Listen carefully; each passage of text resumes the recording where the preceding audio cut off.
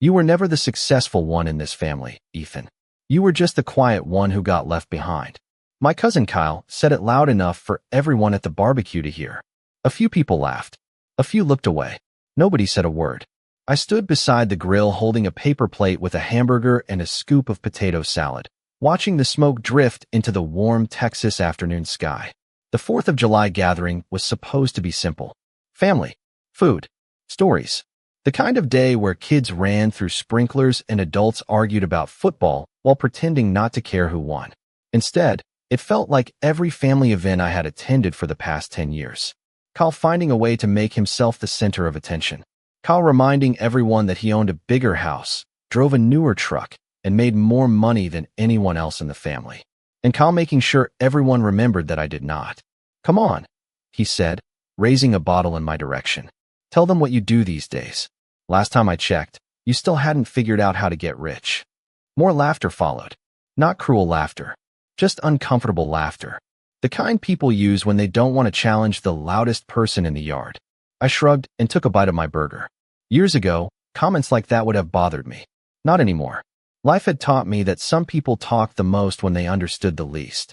Across the backyard, my aunt tried changing the subject. Kyle ignored her.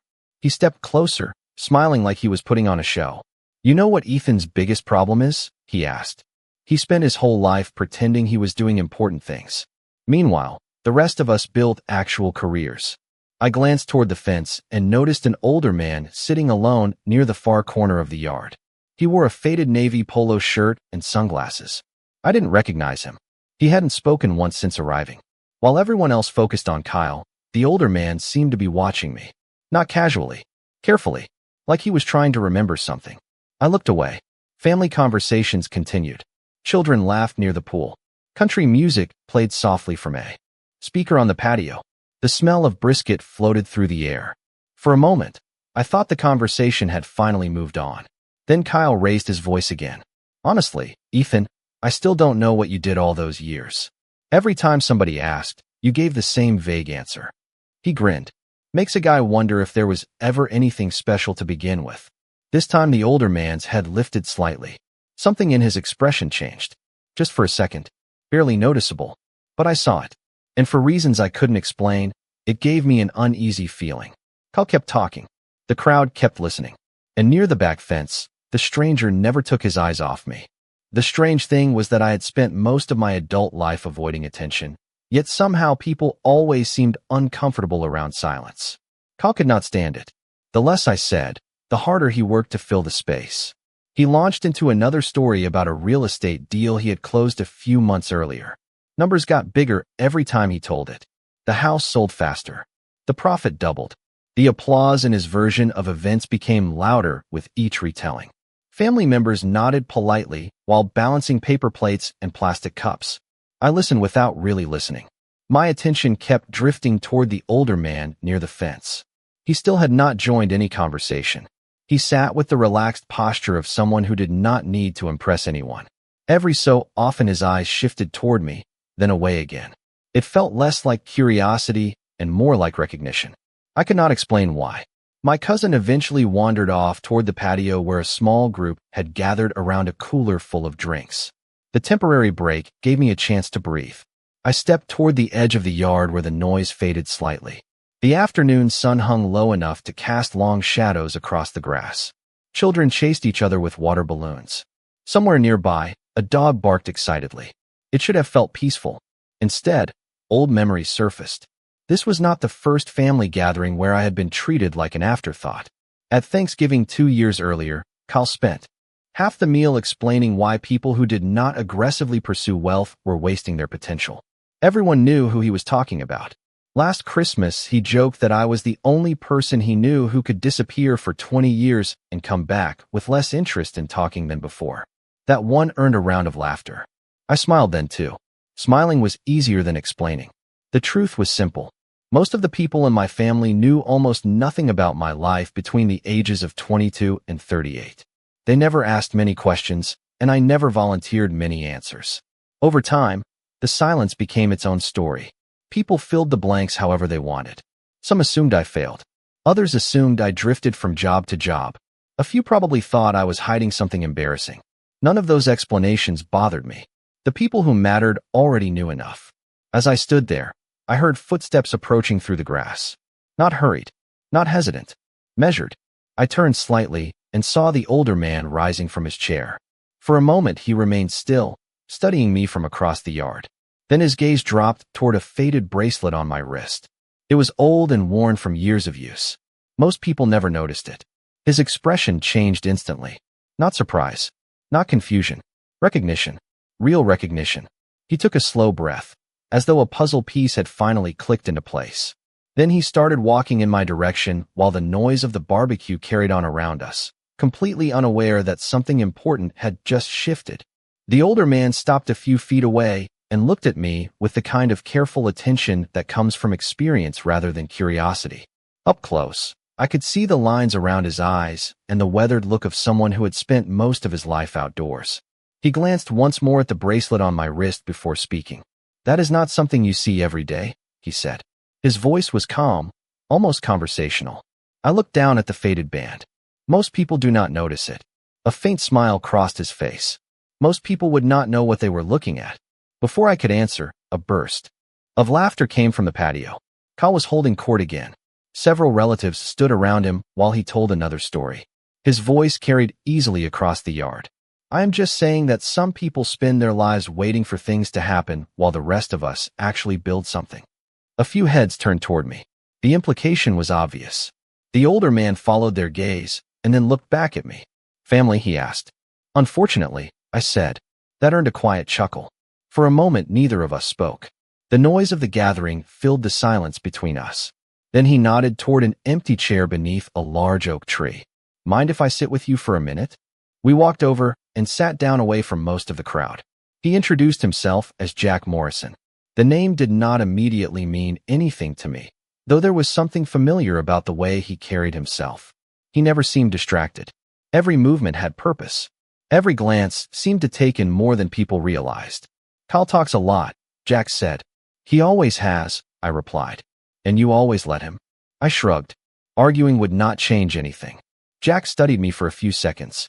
"Maybe, maybe not." Across the yard, Kyle raised his bottle again and launched into another speech about ambition and success. This time I noticed something different. A few family members were beginning to look uncomfortable. The jokes were getting old. The performance was lasting too long. Yet nobody interrupted him.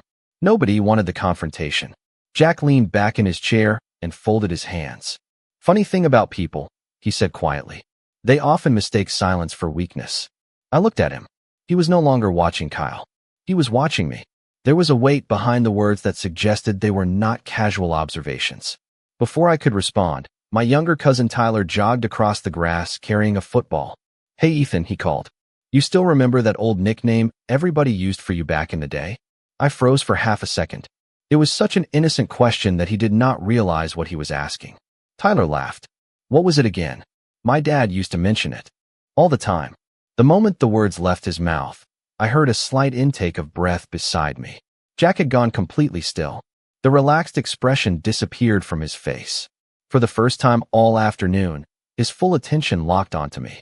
And suddenly I understood that whatever recognition had been forming in his mind was no longer a possibility. It was certainty. Tyler looked back and forth between us, completely unaware that he had just changed the atmosphere of the entire afternoon. "Come on," he said with a grin.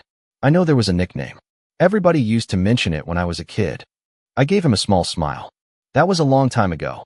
"Maybe," Tyler said, "but it sounded cool." Before I could say anything else, Jack spoke for the first time. "What nickname?"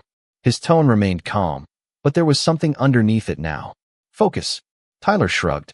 "I do not remember exactly. Something from years ago." He laughed and jogged away before either of us could stop him. The moment he disappeared into the crowd, silence settled between Jack and me. Not an awkward silence. The kind that comes when two people are thinking about the same thing from different directions.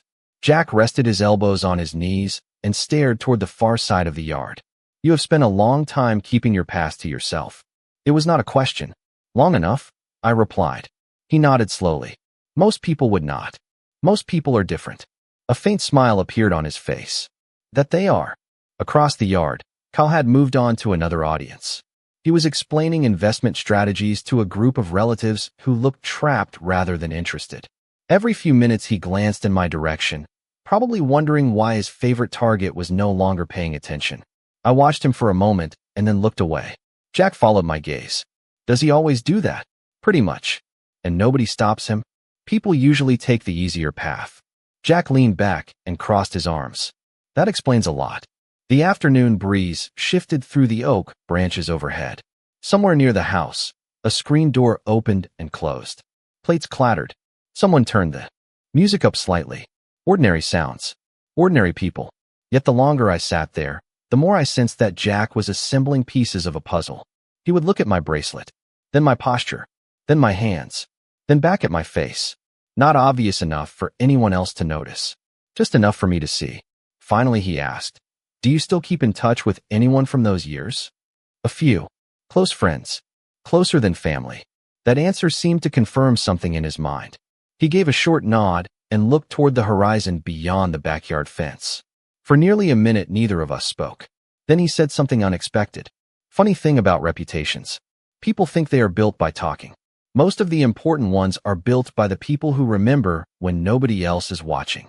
I turned toward him. He still was not looking at me. "You sound like someone who learned that firsthand." This time he smiled. Maybe I did. Before I could respond, a loud voice cut through the yard again. "Kyle." "Hey, Ethan." Several heads turned. "Why are you hiding over there? We were talking about success. Seems like a subject you should hear more about." A few uncomfortable laughs followed. I sighed quietly. Jack did not laugh. He did not even smile. Instead, he watched Kyle with an expression that had completely changed. The friendly curiosity was gone. In its place was certainty. And for the first time all afternoon, I got the distinct feeling that Jack Morrison knew exactly who I was. For a few seconds neither of us moved. Kyle stood near the patio surrounded by relatives, smiling at his own joke while waiting for another round of laughter. It came, but weaker this time. Even the people listening seemed tired of the routine. Jack remained seated beside me, his attention fixed on Kyle. There was no anger in his expression, no irritation, just the calm focus of a man who had reached a conclusion. "You know," he said quietly, "some people spend so much time talking about themselves that they never notice who is standing right in front of them." I smiled faintly. "That sounds familiar." He nodded. "It should." Across the yard, Kyle raised his voice again. "Ethan has always been mysterious. That is usually code for unemployed or unsuccessful." A few people looked down at their plates. Others pretended to be interested in conversations that suddenly became very important. The atmosphere had changed. Kyle did not seem to notice. Jack slowly stood up. The movement was simple, but something about it drew my attention immediately. He adjusted his sunglasses and looked across the yard one more time. "I have a question," he said. "What? Why did you never correct them?" I already knew what he meant. There was nothing to correct. He laughed softly. "That is not true. Maybe. But explaining yourself to people who have already decided who you are rarely changes anything." Jack studied me for a moment before giving a small nod. "That answer tells me more than anything else could." Near the grill, my uncle called everyone over for dessert. People began gathering around folding tables covered with pies, cookies, and paper plates. The crowd slowly merged together again. Children ran through the middle of it all carrying melting popsicles.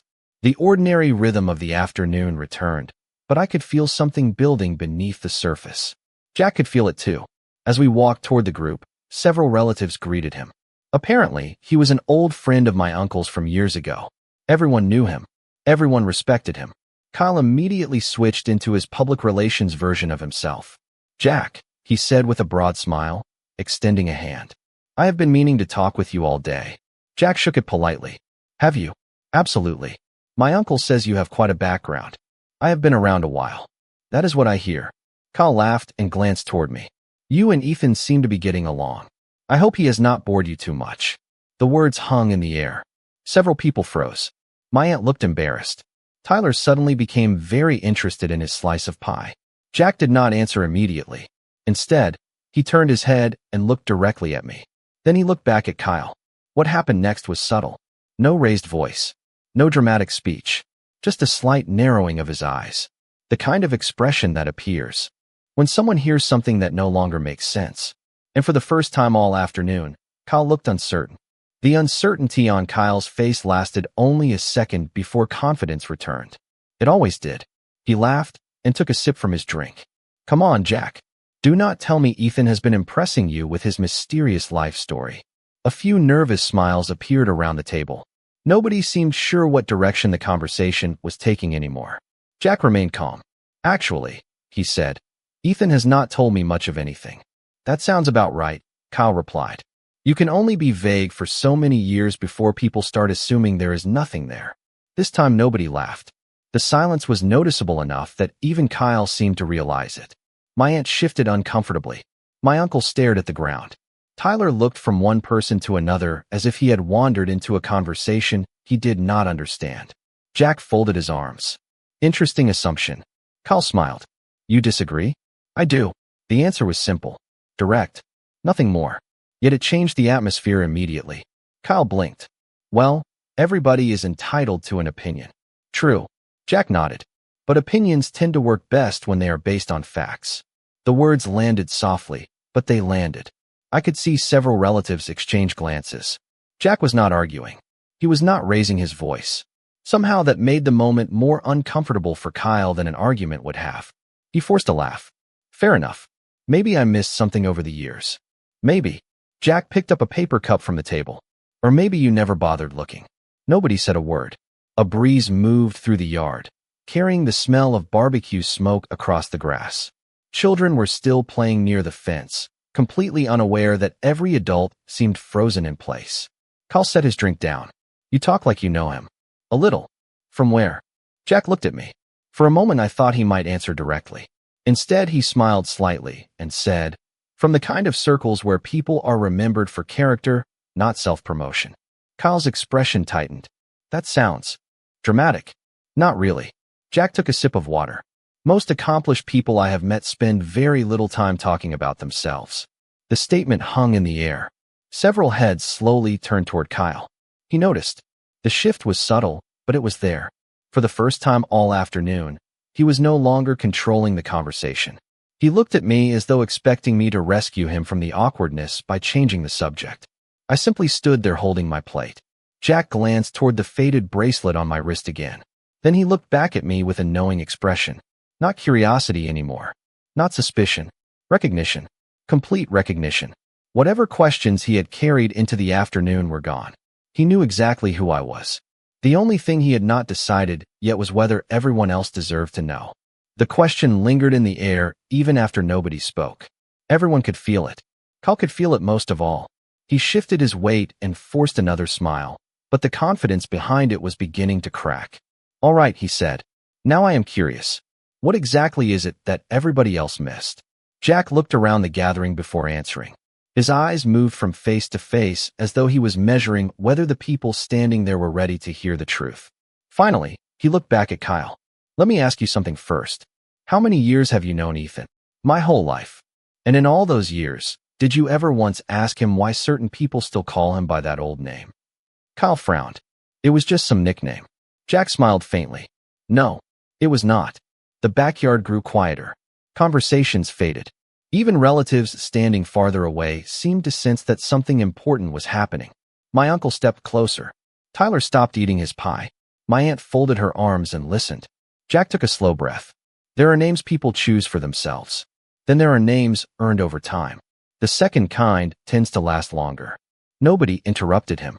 Kyle glanced toward me and then back at Jack. You were talking like he was some kind of celebrity. Not a celebrity. Jack shook his head. Something much rarer. I looked down at my plate. Part of me already knew where this was heading. Another part wished the conversation would end before it got there. Jack noticed. Still the same, he said quietly. Always uncomfortable when the attention lands on you. I laughed once under my breath. Some things never change. No, he agreed. They do not. Then he turned back toward the group. The funny thing is that most people imagine accomplishment looks loud. They think it comes with speeches, awards, social media posts, and endless stories about success.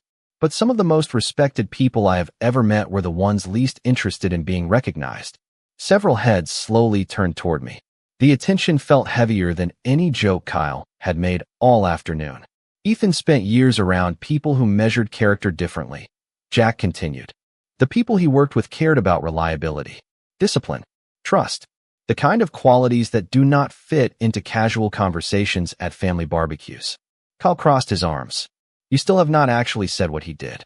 No, Jack replied calmly. I have not. A faint smile appeared on his face. Because I am more interested in something else. What? Kyle asked. Jack's expression hardened just enough to be noticed. I am interested in how someone can stand next to a man for years and never realize who he is. The words landed harder than any argument could have. Nobody laughed. Nobody moved. For the first time all afternoon, Kyle had no response ready. And standing there beneath the fading Texas sun, surrounded by family members who were suddenly seeing me differently, I realized the conversation had already shifted beyond his control. For several long seconds, nobody spoke. The backyard that had been full of noise all afternoon suddenly felt smaller, quieter. The attention that had once followed Kyle now rested somewhere else entirely. He looked around as if expecting someone to rescue the conversation, but nobody stepped in. My uncle cleared his throat. Jack, he said carefully, it sounds like you know more than the rest of us. Jack nodded once. I know enough. Kyle forced a laugh. Well, now everybody is. Curious. Curiosity is not always the same thing as understanding, Jack replied. The answer seemed to irritate Kyle. You keep talking in riddles. No, Jack said calmly. I am trying to be respectful. The word respectful landed differently than anything else he had said. Several relatives glanced toward me. I could see questions forming in their expressions. Questions they had apparently never considered asking before. Tyler was the first to speak. So, Ethan really did something important? Jack looked at him and smiled faintly. Important is a complicated word. Then what word would you use? Tyler asked. Jack thought for a moment. Trusted. Nobody expected that answer. Even Tyler looked confused. Trusted? Yes. Jack folded his hands. There are professions where trust matters more than titles, more than money, more than public recognition. The people who earn that trust rarely talk about it afterward. I stared at the grass beneath my feet. The conversation had drifted far beyond anything I would have chosen for myself. Yet Jack never exaggerated, never bragged on my behalf. He simply described qualities, character, responsibility, restraint, somehow that carried more weight than any list of accomplishments ever could. Kyle crossed his arms tighter. That still does not explain why everyone should be impressed. Jack looked directly at him. That is exactly the point. The answer caught him off guard. What does that mean? It means the people worth respecting are usually the least interested in being impressive. Silence followed. Real silence. The kind that forces people to think. My aunt lowered her eyes. My uncle slowly nodded. Even relatives who barely knew me seemed to be re-evaluating years of assumptions. The strange thing was that nothing factual had actually been revealed yet. No dramatic stories. No detailed history. No grand announcement. And still, the entire balance of the afternoon had shifted. Kyle seemed to realize it too. The confidence that had carried him through the barbecue was fading. Every joke he had made now felt smaller than it had an hour earlier. Jack glanced toward me one final time. There was no mystery left in his expression, only certainty. Then he looked back at the group and said quietly, some people spend their lives building a reputation. Others spend their lives earning one. Those are not always the same thing. Nobody responded. Nobody laughed. The sun was beginning to sink beyond the trees, casting long shadows across the yard. And standing there among my family, I realized that for the first time in years, they were not looking at me through Kyle's version of the story. They were seeing me with their own eyes. The gathering slowly began to move again. Conversations returned in cautious pieces. Children kept playing. Someone carried out another tray of food. Yet nothing felt quite the same. The center of gravity had shifted. Kyle seemed to understand that before anyone else. He stood quietly near the patio, holding a drink he no longer appeared interested in. The jokes had stopped. The commentary had stopped. For the first time all day, he had nothing to say. Jack eventually glanced at his watch and smiled. I should probably get going. My uncle immediately protested. You cannot leave yet. I have been saying that for 40 years, Jack replied with a laugh. A few people smiled. The tension eased slightly. Before heading toward the gate, he turned toward me. Good seeing you again, Ethan. Several relatives looked surprised. You have met before? Tyler asked. Jack shook his head. Not officially. Then he looked at me and added, But sometimes you know enough without an introduction. I understood exactly what he meant. We shook hands. Nothing dramatic. Nothing theatrical. Just mutual respect. The kind that does not need an audience. As he started walking away, Kyle suddenly spoke. Wait. Everyone turned toward him. He looked uncomfortable. More uncomfortable than I had ever seen him. I think I owe you an apology. The words seemed difficult for him to say. Not because they were insincere. Because they were unfamiliar. He looked directly at me. I spent years assuming I knew who you were. Nobody interrupted. Nobody rushed to rescue him. The truth is, he continued, I never bothered asking. I nodded once. Most people do not. He let out a slow breath. Still, I was wrong. For a moment, neither of us spoke. Then I smiled. Not because I had won something. Not because he had lost. Because the conversation was finally honest. It is all right, Kyle. No, he said quietly. It really is not. But thank you. That was enough. There was nothing else to add. No dramatic revelation. No long speech. No public humiliation. The lesson had already arrived on its own. As the sun disappeared beyond the trees and the first evening lights came on around the yard, people slowly returned to ordinary conversations. Yet I noticed something different. Relatives who usually walked past me stopped to talk. My aunt asked questions about places I had lived. My uncle shared stories I had not heard in years. Tyler sat beside me and listened more than he spoke. Nobody treated me like a mystery anymore. More importantly, nobody treated me like an afterthought. Later, as I carried an empty plate toward the trash, Tyler caught up with me. Can I ask you something? Sure. Why did you never tell everybody? I looked across the yard where family members laughed beneath strings of lights. Then I thought about Jack's question earlier that afternoon. The answer had never changed. Because the people who needed to know already knew. Tyler considered that for a moment and slowly nodded. I smiled and looked out across the fading Texas evening. Sometimes respect arrives through recognition. Sometimes it arrives through silence. Either way, it never needs to announce itself. The people who truly earn it rarely do.